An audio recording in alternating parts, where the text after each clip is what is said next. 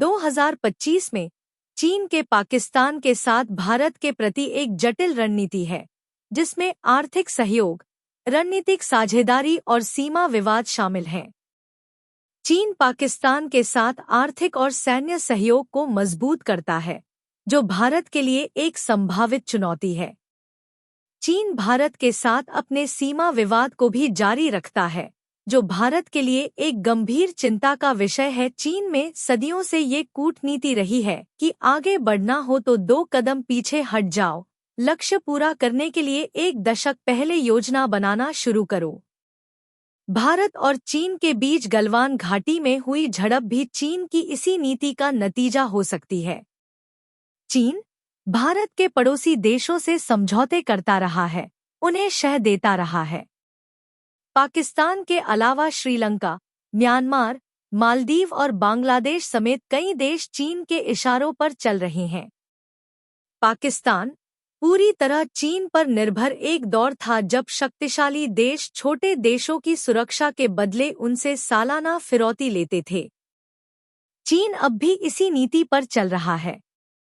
वह छोटे छोटे देशों को कवर देने के बदले उनकी जमीन या दूसरे रिसोर्सेज ले लेता है। चीन पाकिस्तान इकोनॉमिक कॉरिडोर चाइना का अहम प्रोजेक्ट है। ये पाकिस्तान के ग्वादर बंदरगाह से समुद्र के रास्ते चीन के झिंजियांग तक पहुंचने की एक बड़ी परियोजना है। 2442 किलोमीटर लंबे इस प्रोजेक्ट के जरिए चीन समुद्री रास्ते पाकिस्तान से दूरी कम करना चाहता है। इसके जरिए कच्चे तेल, नेचुरल गैस जैसी चीजों का ट्रांसपोर्ट करने की योजना है। ये प्लान 1950 में शुरू हुआ था, लेकिन पाकिस्तान की अस्थिर राजनीति की वजह से लागू नहीं हो पाया। इस योजना के तहत चीन पाकिस्तान को $42 अरब यानी 3.45 लाख करोड़ रुपए देगा। इतनी बड़ी रकम मिलेगी तो जाहिर है आर्थिक संकट में फंसा पाकिस्तान चीन की भाषा ही बोलेगा।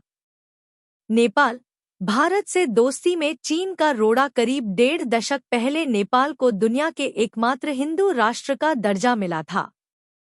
वहां के पूर्व राजा बीरेंद्र के पूरे परिवार की हत्या के बाद से नेपाल का रुख भारत विरोधी बना हुआ है। चीन से प्रेरित माओवादी ताकतों ने अब नेपाल को भारत विरोधी घोषित कर दिया है। नेपाल जिसे एक बफर देश माना जाता था, वह अब भारत के खिलाफ खड़ा हो रहा है। नेपाल 2017 में चीन के one road one belt project में भी शामिल हो गया था। हालांकि चीन लंबे समय से इसके लिए एक जाल बिछा रहा है। उसने नेपाल में बेसिक इंफ्रास्ट्रक्चर डेवलप करने के लिए 18,000 करोड़ रुपए के प्रोजेक्ट शुरू किए हैं। इनमें चीनी की कंपनियों को कॉन्ट्रैक्ट देने की शर्त पर ब्याज माफ करने का ऑफर दिया गया है। नेपाल पर्यटन पर निर्भर है। चीन ने इस सेक्टर में भी नेपाल की मदद की है। वहीं सोशल मीडिया पर एक एंजल इन्वेस्टर ने इस युद्ध में पाकिस्तान की मदद के लिए चीन को घेरा है। इस शख्स का कहना है कि पाकिस्तान जो कुछ भी कर रहा है, उसके पीछे चीन का हाथ है।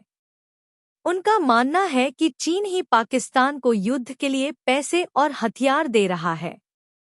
इस एंजल इन्वेस्टर का नाम उदित गोयनका है। गोयनका ने इस मामले को दुनिया की अर्थव्यवस्था से भी जोड़ा है। उन्होंने लिखा है कि अमेरिका ने चीन से आने वाले सामान पर टैक्स बढ़ा दिया है। इससे चीन की फैक्ट्रियों को नुकसान हो रहा है और वे बंद हो रही हैं। ये फैक्ट्रियां अब भारत में आ रही हैं। भारत आर्थिक रूप से मजबूत हो रहा है। भारत हर तरह से आगे बढ़ रहा है।